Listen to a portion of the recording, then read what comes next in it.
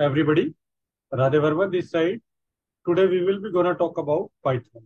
Okay, so let me open a slide so that we can just go through it and we can understand what is the significance of Python. Let me tell you, Python language is very easy.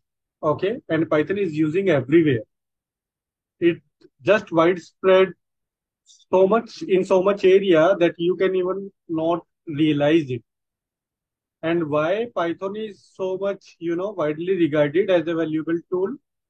Because of its simplicity, its versatility, and there is something named as libraries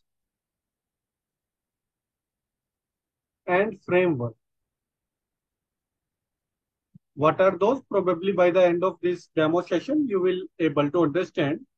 But due to its numerous libraries and framework, which are increasing day by day, this is one of the most demanded language in today's world. Okay.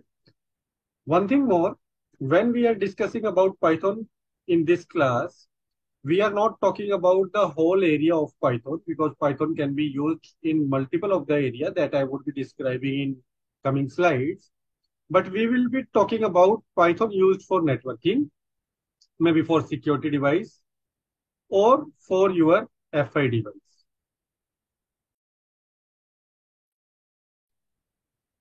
Our whole focus would be towards networking, security, and F5 engineers. Okay. Now, before going further, I just wanted to understand if someone of you are working on Python, yes or no? Poet, Vishal, Yam, No, no, sir. no? Okay. It's perfectly fine. I can see Poet is also saying no. Yam on from the chat, no. Fine, fine. Not an issue. So I would be starting it from the scratch, don't worry. And we will, go step by step on for the Python demo. So very first thing I will start with, like if we talk about why Python, then the first point will be ease. Ease for what? Ease for learning and use. It is very easy. Python code is simple, readable syntax that make it very easy for learn. Even like if you are from the very strong programming background, perfectly fine. Even if you don't, like you hate, coding, even then, Python syntax is so much clean and easy to read that it will make an excellent choice for you. And maximum of networking people don't, they hate to, or they avoid, I will say, avoid extensive programming. But Python, really very easy. It's very simple and its simplicity enables engineer to focus on solving, network related problems rather than wrestling into the very complex codes. So one thing is it's very easy to learn, very easy to work upon. Second thing, if I will talk about cross, uh, give me a minute, cross platform compatibility. What does that mean? If you are running your machine on the Linux, it is compatible. If you have a Mac OS, it is compatible. If you have Windows platform, it is compatible. So compatibility is not an issue. If you're writing down a script on the Windows, the same script if you are importing on a Linux machine, there would not be any issues. No issues at all. You can work either on Windows, either on Mac, either on Linux, whatever. Probably back in the background there can be n number of platforms, but that hardly matter. If you learn how to write the Python code, it will be working on all of the platforms without any issues. Okay. Third,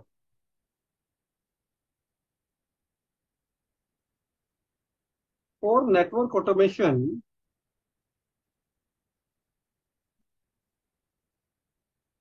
or maybe we can say management.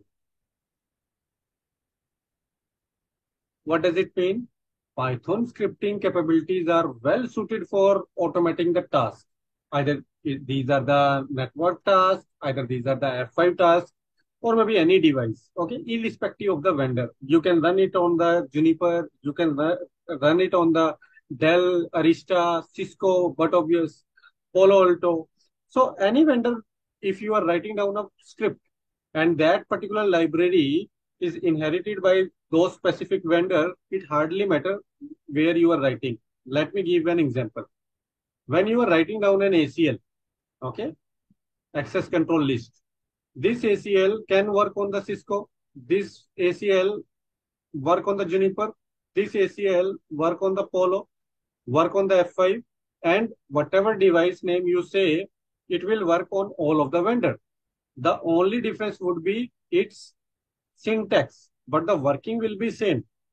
Similarly, here also in Python, if one library is getting used for specific vendor and that library is supporting the usage on another vendor also, you run a script and it will get executed on any vendor. You need not to even change the syntax, only a little bit syntax need to be get changed. Okay. Fourth, I hope you guys have heard about it a lot. API interaction is the point. But have you heard about the term API? Poet is saying application programming interface. Like we are talking about application programming interface. So let me tell you, API is used everywhere. And what the API means, when one program interact with another program, it is named as API. Okay. So let me give you a real-time example. Let us say if using the Alexa, you are making a bulb on or off. What is that? Alexa is a program. This is one program. Using this program, you are controlling another program, which is your LED bulb.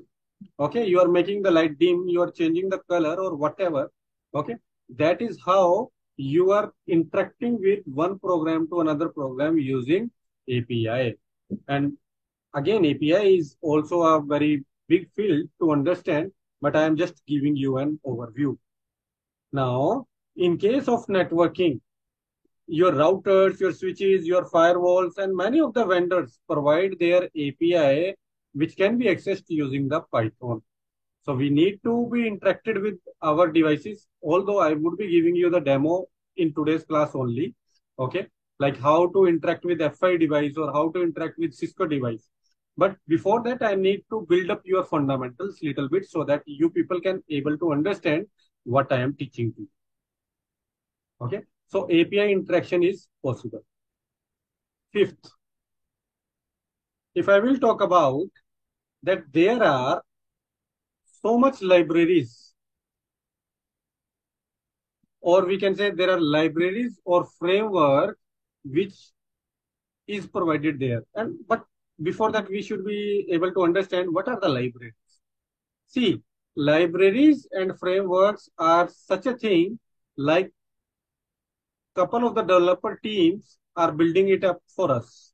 We need not to reinvent the wheel again and again.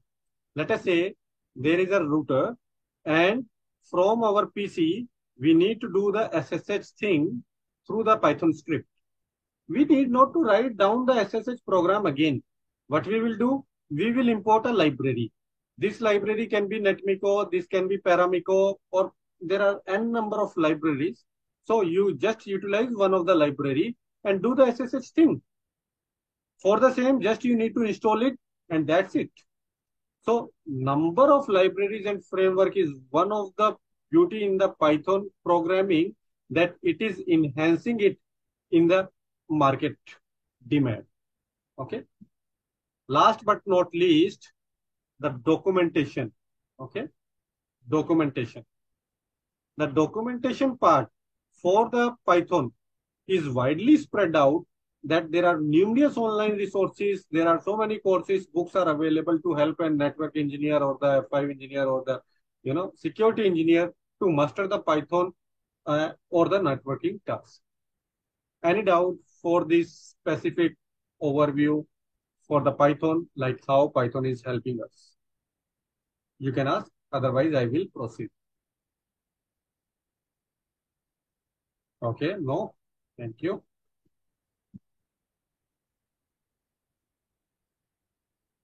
So what is Python? Probably I just give you the introduction about the Python. Okay. So Python is, if you will just Google it, it is high level. Okay. If you see its definition, it's a high level interpreted programming language. Let's understand the concept, what the high level means. You people have used I rules, right? Let us say there is the human, this is the machine. The language, it is one of the bar which is representing the language which is towards the machine is compatible for machine so much, but very hard for the users.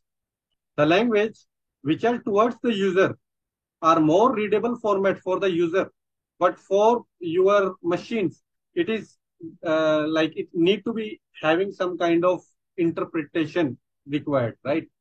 So if over the bar we will check I rule, let us say I rule is standing over here.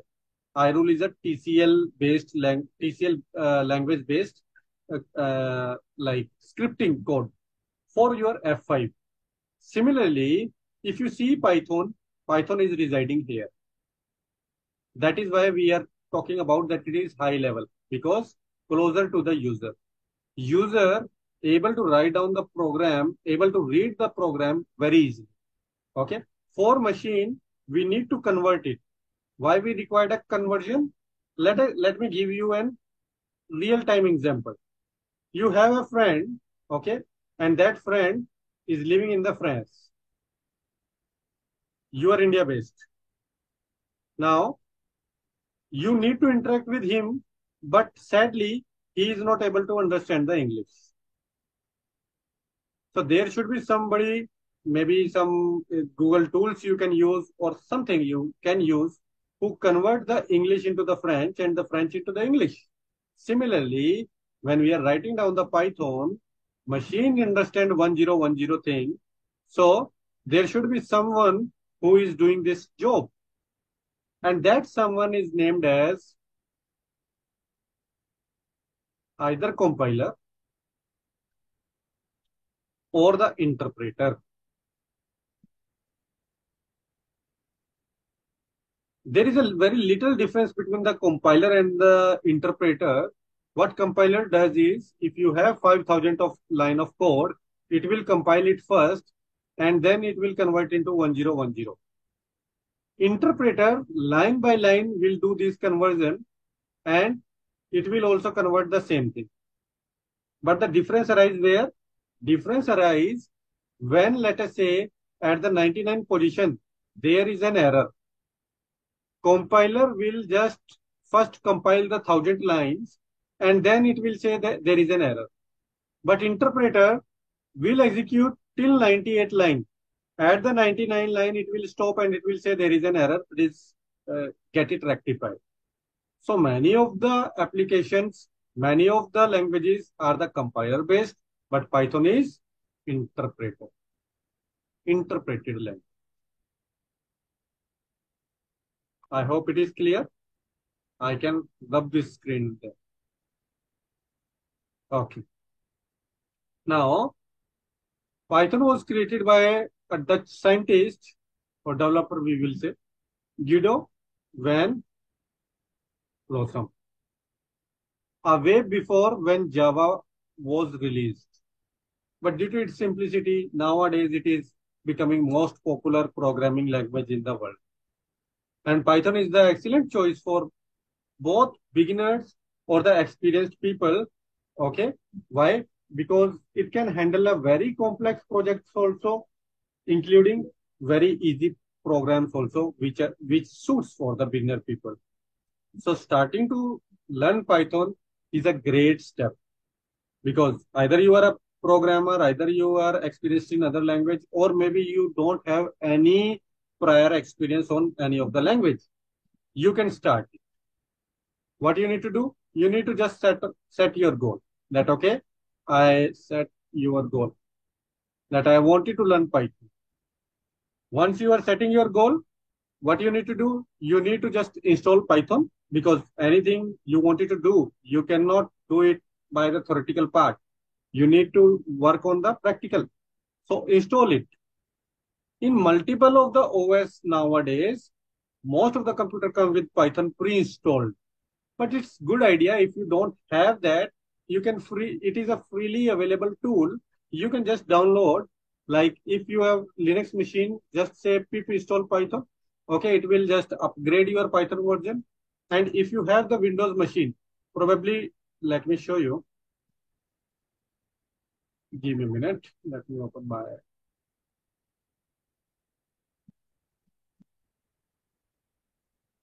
So here, if you just say Python install, okay, and you can just see that you can go to the Python, whatever the newest version for the Windows, and for whatever probably you just go to the download and it will give you all the uh, like vendor specific Python related stuff. Just download it, utilize it for your use. Okay, then these 2 points when done, give me.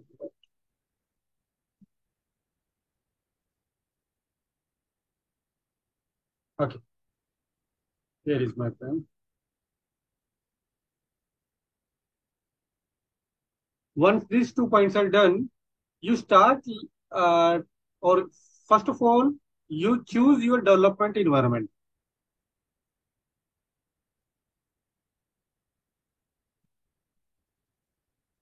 What is that? You can write the code on the text editor also, but that is never appreciated because for different things, there are different tools available. And for Python, there are something named as IDE. IDE stands for Integrated Development Environment, which enhance your experience when you are writing down the Python codes. It will provide you some of the suggestions, provide you some of the, it will omit some of the errors for you, which you can do in the text format if you are currently using. So there are lot of IDs available in the market. Okay. Let me give you, take some names like Visual Studio Code, Sublime, PyCharm. These are some good names which people try to use in their environment. So use some IDE to install them. Again, they are free of use. Okay. You can just install them for your purpose. First, second, third point. Fourth point, learn the basics because basics are very important in Python. It is named as OOP, Object-Oriented Programming Language. So basics are very important for the Python. And do a lot of practice. I will say practice, practice, and practice. Because without practice, you cannot write down the complex program. So the key to master any programming language is the practice.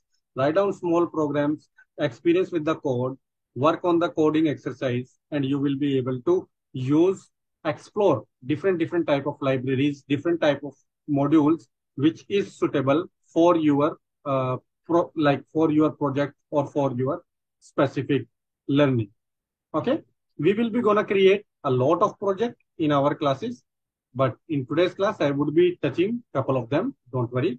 But before that, let me just build up some of the more fundamentals for the Python. You can see the tech giants which are using Python, not as the primary language, but as a secondary language as well. But you can see the name. Netflix, Facebook, YouTube, Google. Okay, lot of names are there.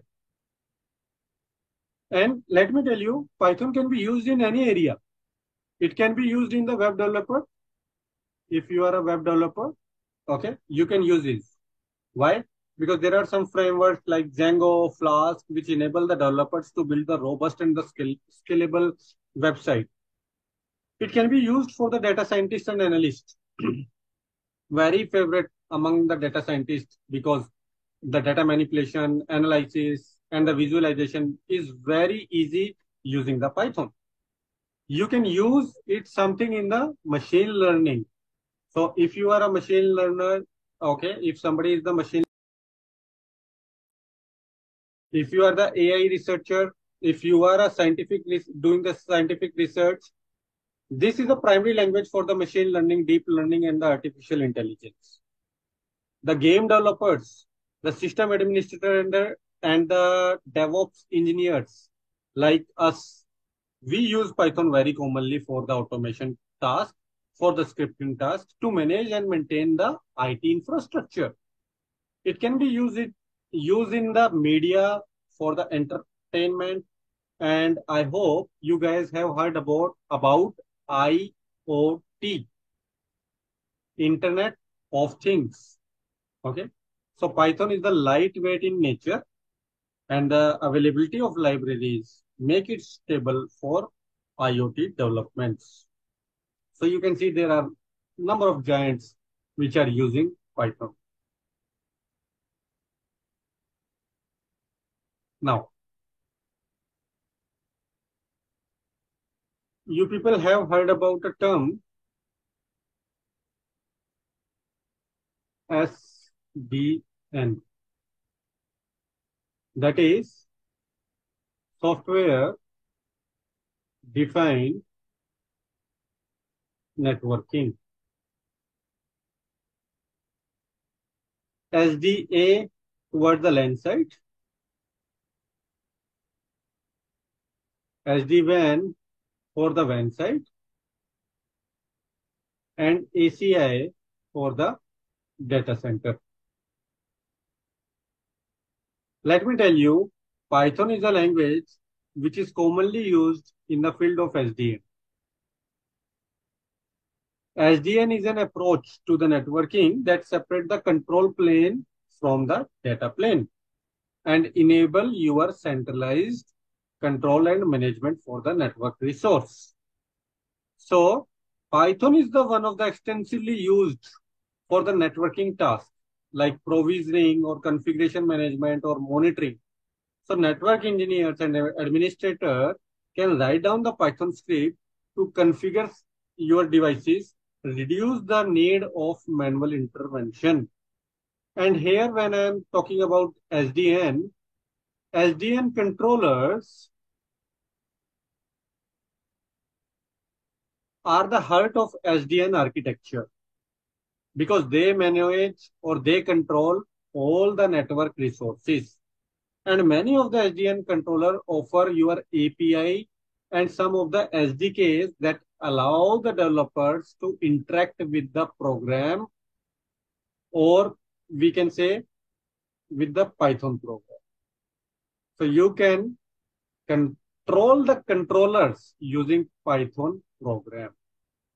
Okay. You can do the REST API integrations.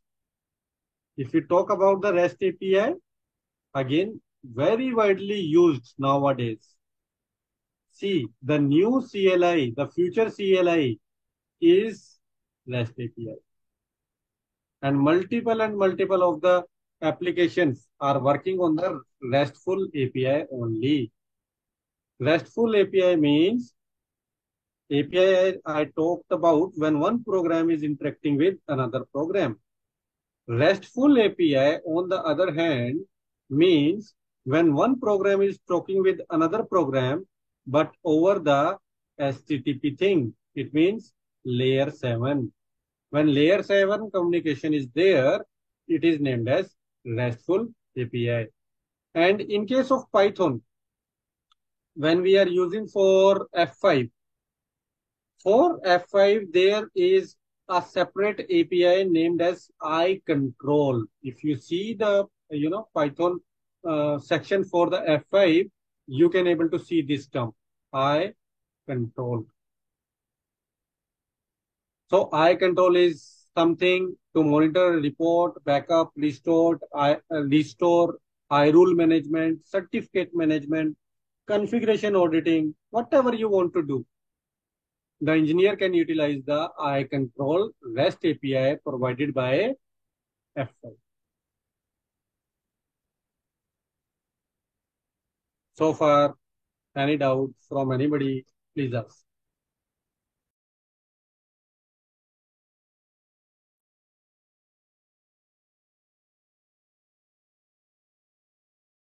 Okay, I can see no.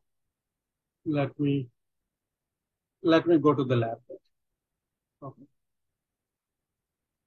See, this would be our lab. Let me make it on.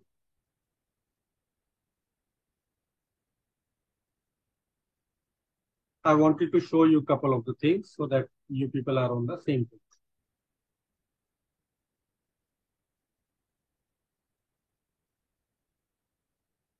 Okay. Let me show you the first script. Okay.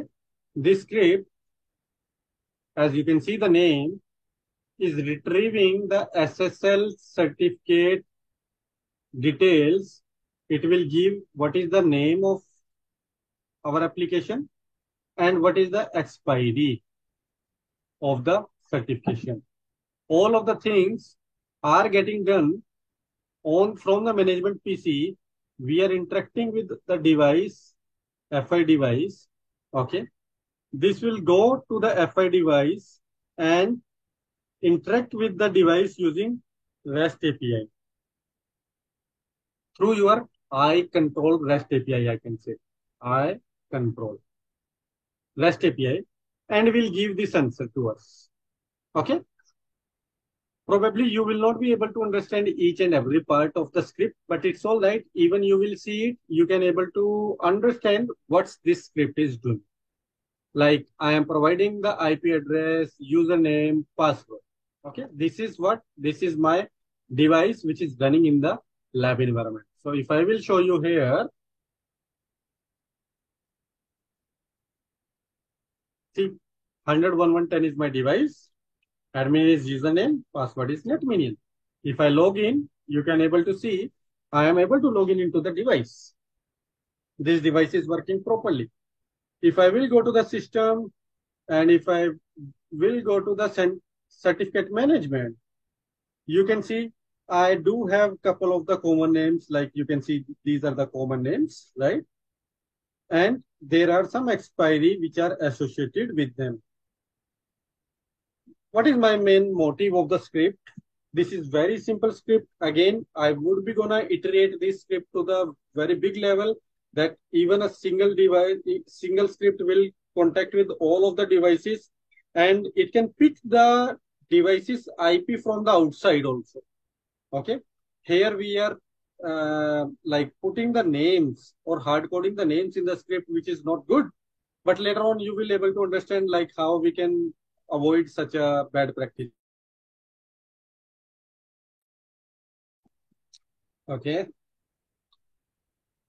So this part is clear to everybody.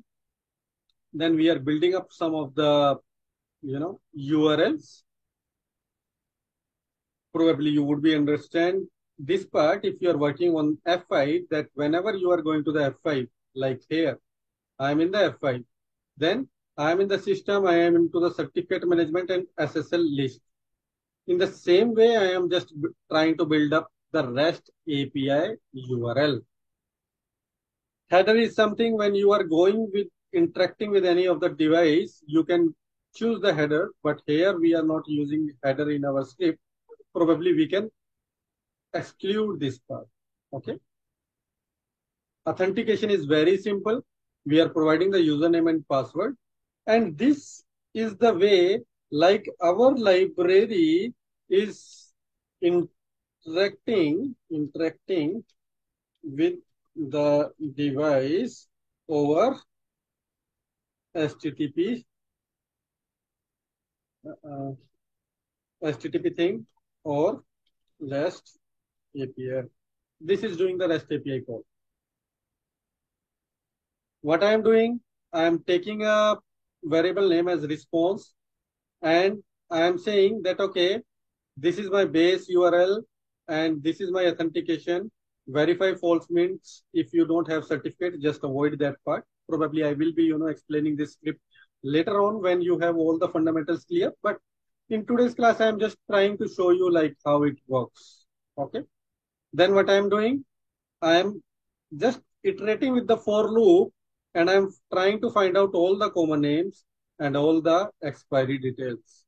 If I will just run it by pressing Control B, okay, you can see, can you check all the common names, certificate names, and all the expiry details are getting fetched out.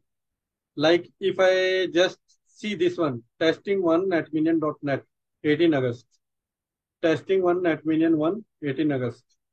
Let me build a new one just to be sure that it is a live data. Okay, test2.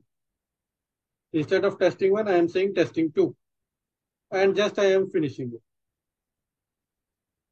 So now there should be one more common name, that is testing2, and it should be till August 19. Okay, let me just press Control B once again so that this script will do the stuff again. And can you see testing2 is there now? It means it is fetching all the details real time.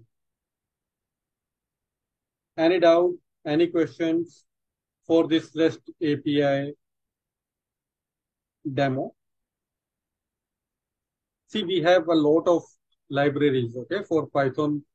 When we are interacting with F5, there are a lot of libraries. I am showing one of them. Okay, fine. If no, that is good. Let me go ahead and show you the second. See, this is again a very basic script, which is just, saying what is your device IP, or probably what is your username, what is your password. It will take from us. And then it will say whatever show command you want to write down, you can put in. Okay. Let me just run this script through the command prompt, because Python can be, invoked through the command prompt. I am going in the particular, I can see the path here. Okay, I am going into that particular path, writing down Python, and the script name will invoke this script. This script is saying, okay, enter the device IP. For my lab, my device IP is 200.1.1.10. So I am saying 200.1.1.10. Okay, what kind of show command you want to check? I want to check show IP interface brief.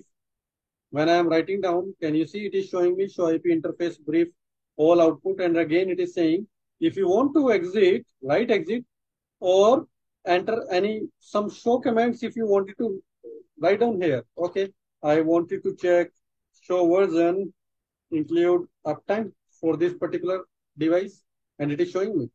See, if in our environment we don't want to give the access to new people, okay, but we wanted to give them some show command privilege, we can just give such a script to them without providing the credentials. They can check the show stuff. Okay, even they can run the show run. Yep, show run is also there, and they can exit out of the command prompt whenever they want through the Python script. Any doubt in these two scripts? Any question? I am happy to answer. Please ask.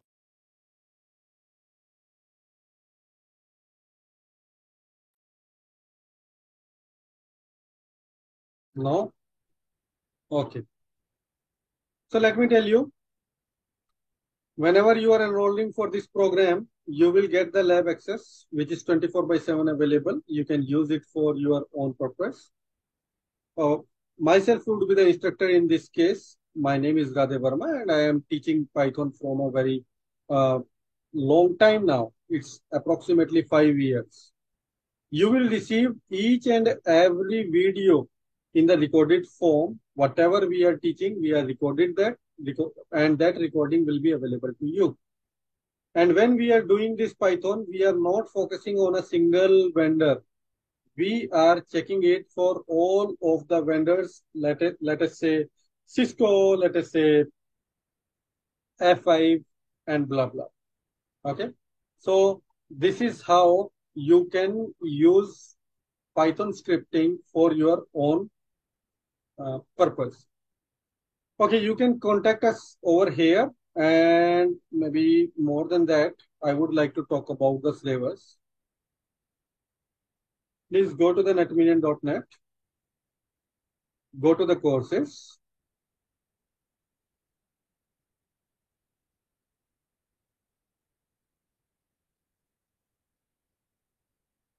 Click over here, automation with Python. You can check out our previous demos as well. But if you scroll down, you can see the syllabus here. Okay.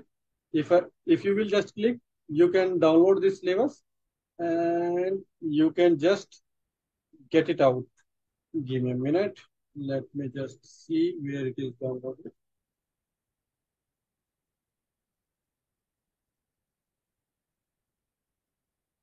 Okay, here you go.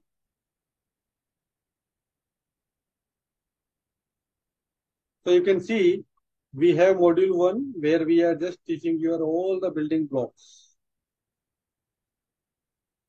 Everything, what is list, what is tuple, what is libraries, what is loops, what is Python file handling introduction, okay?